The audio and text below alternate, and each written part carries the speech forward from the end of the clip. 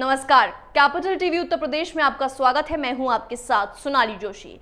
UP विधानसभा चुनाव 2022 को लेकर एक तरफ राजनीतिक माहौल गरमाया हुआ है। छठे चरण के लिए भाजपा ने पूर्वांचल में अपनी पूरी ताकत झोंक दी है। इसी कड़ी में प्रधानमंत्री नरेंद्र मोदी सोमवार को महाराजागंज में चुनावी जनसभा को संबोधित किया, तो वहीं गोरखपुर में सीएम योगी ने हुंकार भरी और विपक्ष पर ऐसा हमला बोला कि सपा और कांग्रेस उससे बिलबिला उठे। ऐसा क्या कहा यूपी के भगवाधारी मुखिया ने, जानने के लिए देखिए हमारी ये रिपोर्ट।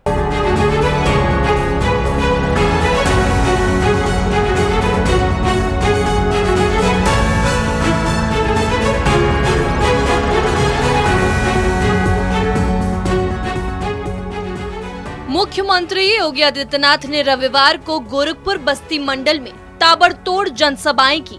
कैंपियरगंज की जनसभा में मुख्यमंत्री ने विपक्ष पर तीखा हमला बोला और निषाद मतदाताओं को साधा। मुख्यमंत्री ने कहा कि भगवान राम और निषाद राज की मित्रता त्रेता युग से थी। निषाद समाज राम भक्तों पर गोली चलवाने वालों से हाथ नहीं मिलाएगा। उन्होंने कहा कि राम राज कौन कर रहा है, अयोध्या में भव्य राम मंदिर का निर्माण कौन सरकार करवा रही है, ये सब आपको पता है। सपा और बसपा राम मंदिर नहीं बनवाएंगे। श्रृंगवेरपुरम में निषाद राज की भव्य प्रतिमा बनाई जा रही है। निषाद समाज को सावधान रहने की जरूरत है। जो लोग राम भक्तों पर गोली चलवा सकते हैं वो किसी का भला नहीं कर सकते। सीएम योगी यही नहीं रुके। उन्होंने आगे कहा कि सड़क, बिजली, पानी और गरीबों के कल्याण का एजेंडा विपक्ष को रास नहीं आ रहा है। सपा नारे सबके साथ का लगाती थी, लेकिन काम सैफई खानदान के विकास का करती थी। सरकार की नीयत में ही संदेह था। गरीबों और विकास का पैसा पेशेवर अपराधी, माफिया या फिर इत्र वाले मित्र की तिजोरी में कैद कर दिया जाता था, इसलिए इलाज का दूसरा तरीका ढूंढा है। भाजपा सरकार सबका विकास करके सुरक्षा दे रही है। सुरक्षा में किसी ने सेंध लगाने की कोशिश की तो बुलडोजर चलता है, ये कहना है मुख्यमंत्री योगी आदित्यनाथ का। ये रविवार को कैंपियरगंज विधानसभा क्षेत्र से बीजेपी प्रत्याशी फतेह बहादुर सिंह के समर्थन में जनसभा कर रहे थे। आगे मुख्यमंत्री ने कहा कि 5वें चरण के चुनाव के बाद बीजेपी प्रदेश में पूर्ण बहुमत से ज्यादा सीटें जीतने में सफल रही है।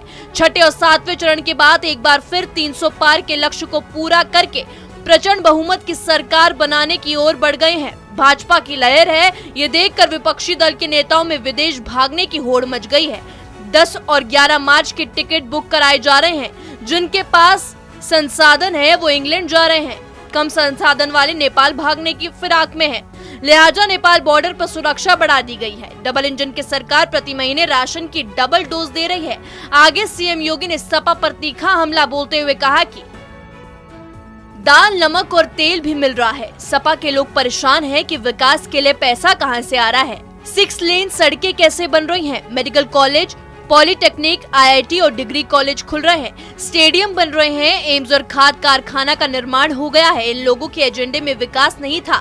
विकास के नाम पर सिर्फ कब्रिस्तान की बाउंड्री बनवाया करते थे। हमने विकास का एक यंत्र दिया है जो हाईवे बनाता है और माफिया की संपत्ति पर चलता है। बिजली देने में भेदभाव करते थे। ईद और मुहर्रम पर बिजली आती थी, लेकिन होली और दिवाली पर गायब रहती थी। हमारी सरकार बिना किसी भेदभाव के सबको पर्याप्त और निर्बाध बिजली दे रही है। मुख्यमंत्री ने कैंपियरगंज से सपा प्रत्याशी पर तंज कसा और कहा कि चुनाव से पहले न दिखाई देने वाले चुनाव के बाद भी गायब हो जाएंगे, मुंबई चले जाएंगे, लेकिन भाजपा प्रत्याशी फतेह बहादुर सिंह यहीं रहेंगे। वो जनता के हर सुख दुख में सहभागी रहते हैं, कैंपियरगंज का विकास कराते हैं, जनता की आवाज दमदारी से शासन के समक्ष उठाते हैं। इस मौके पर सांसद रवि किशन शुक्ल, भाजपा प्रत्याशी फतेह बहादुर सिंह, मत्स्य विकास परिषद के अध्यक्ष रमाकांत निषाद, पूर्वांचल विकास बोर्ड के सदस्य विजय शंकर यादव, निषाद पार्टी के कोषाध्यक्ष राम किशोर निषाद, ब्लॉक प्रमुख ब्रजेश यादव आदि मौजूद रहे। तो बीजेपी के दिग्गज नेता यूपी के 2 चरणों को मतदान के लिए पूरी तरह से तैयार है। जहां एक तरफ देश के पीएम ने महाराजागंज पहुंचकर घोर परिवारवादियों को घेरा, तो वहीं सीएम योगी ने भी गोरखपुर में विकास को लेकर विपक्ष पर हमला बोला। अब देखना यह होगा कि जब बीजेपी के 2 दिग्गज नेता इस सेमीफाइनल रेस में लगे हुए हैं, इसका 10 मार्च को क्या नतीजा निकल के आता है। इस रिपोर्ट में मेरे साथ इतना ही। यूपी की तमाम खबरों के लिए देखते रहिए कैपिटल टीवी उत्तर प्रदेश। नमस्कार।